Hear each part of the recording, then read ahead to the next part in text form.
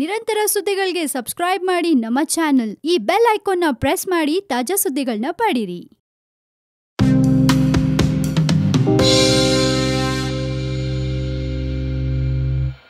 ನೀವು ನೋಡ್ತಾ ಇದ್ದೀರಾ one India Kannada YouTube channel. ನಾನು ರಶ್ಮಿ. ತುಂಬಾ ಜನ ಏನ್ ಮಾಡ್ತಾರ ಗೊತ್ತಾ, ಕೆಲ್ಸ ಈಸಿ ಆಗ್ಲಿ ಅನ್ಬಿಟ್ಟು ಹಿಂದಿನ ದಿನಾನೇ ಚಪಾತಿ ಹಿಟ್ಟನ್ನ ಕಲ್ಸಿ ಫ್ರಿಡ್ಜ್ ಅಲ್ಲಿ ಇಟ್ಕೊಂಡ್ಬಿಡ್ತಾರೆ. ಆದ್ರೆ ಈ ರೀತಿ ಚಪಾತಿ ಹಿಟ್ಟನ್ನ ಕಲ್ಸಿ ಫ್ರಿಡ್ಜ್ ಅಲ್ಲಿ ಇಟ್ರೆ ಅದು ನಿಜಕ್ಕೂ ಡೇಂಜರಸ್ ಅಂತ ಒಂದು ತನಿಖೆಯಿಂದ ಗೊತ್ತಾಗಿದೆ. ಅದ್ ಯಾವ ರೀತಿ ಡೇಂಜರಸ್ ಅದನ್ನ ಹೇಳ್ತೀನಿ, ಕೇಳಿಸ್ಕೊಳ್ಳಿ. ಭೂತ ಪ್ರೇತಗಳನ್ನ ಆಹ್ವಾನಿಸುತ್ತೆ ರೆಫ್ರಿಜರೇಟರ್ ನಲ್ಲಿಟ್ಟ ಹಿಟ್ಟು. ಹೌದು, ನೀವು ರೆಫ್ರಿಜರೇಟರ್ ನಲ್ಲಿ ಹಿಟ್ಟನ್ನ ಇಡ್ತೀರಾ? ಹಾಗಾದ್ರೆ ನಿಮ್ಗೋಸ್ಕರನೇ ಈ ಸುದ್ದಿ ಮಿಸ್ ಮಾಡದೆ ನೋಡ್ಬೇಕು. ಇದು ನಿಮಗ್ ಗೊತ್ತಾ, ಫ್ರಿಡ್ಜ್ ನಲ್ಲಿ ಹಿಟ್ಟನ್ನ ಇಡೋದ್ರ ಮೂಲಕ ನೀವು ಭೂತ ಪ್ರೇತದಂತಹ ನಕಾರಾತ್ಮಕ ಶಕ್ತಿಗಳಿಗೆ ಇನ್ವಿಟೇಷನ್ ಕೊಡೋ ಹಂಗೆ ಆಗತ್ತಂತೆ. ಶಾಸ್ತ್ರಗಳಲ್ಲಿ ಹೇಳಿರುವ ಪ್ರಕಾರ ತಂಗಳು ಆಹಾರ ಭೂತ ಪ್ರೇತಗಳ ಆಹಾರವೆನಿಸುತ್ತೆ. ಇದನ್ನ ಸೇವಿಸೋರು ಅನಾರೋಗ್ಯಕ್ಕೆ ತುತ್ತಾಗ್ತಾರೆ, ಹಾಗೆ ಇನ್ನಷ್ಟು ಸಮಸ್ಯೆಗಳಿಂದ ಜರ್ಜರಿತರಾಗಿ ಹೋಗ್ತಾರೆ. ಇಂತಹ ಆಹಾರವನ್ನ ಸೇವಿಸುವ ಕುಟುಂಬದವರು ಕಾಯಿಲೆ, ಕ್ರೋಧ ಸ್ವಭಾವ ಮತ್ತು ಆಲಸ್ಯದ ವಶರಾಗಿರ್ತಾರೆ. ಇನ್ನು ತುಂಬಾ ಜನ ಟೈಮ್ ಸೇವ್ ಮಾಡಕ್ಕೋಸ್ಕರ ಬೆಳಗ್ಗೆ ಎದ್ದು ಯಾರು ಟೈಮ್ ವೇಸ್ಟ್ ಮಾಡ್ತಾರೆ ಅನ್ನೋ ರೀಸನ್ಗೆ ಫ್ರಿಡ್ಜ್ ನಲ್ಲಿ ಹಿಟ್ಟನ್ನ ಆಲ್ರೆಡಿ ಕಲಸಿ ಇಟ್ಬಿಟ್ಟಿರ್ತಾರೆ. ಹಾಗೆ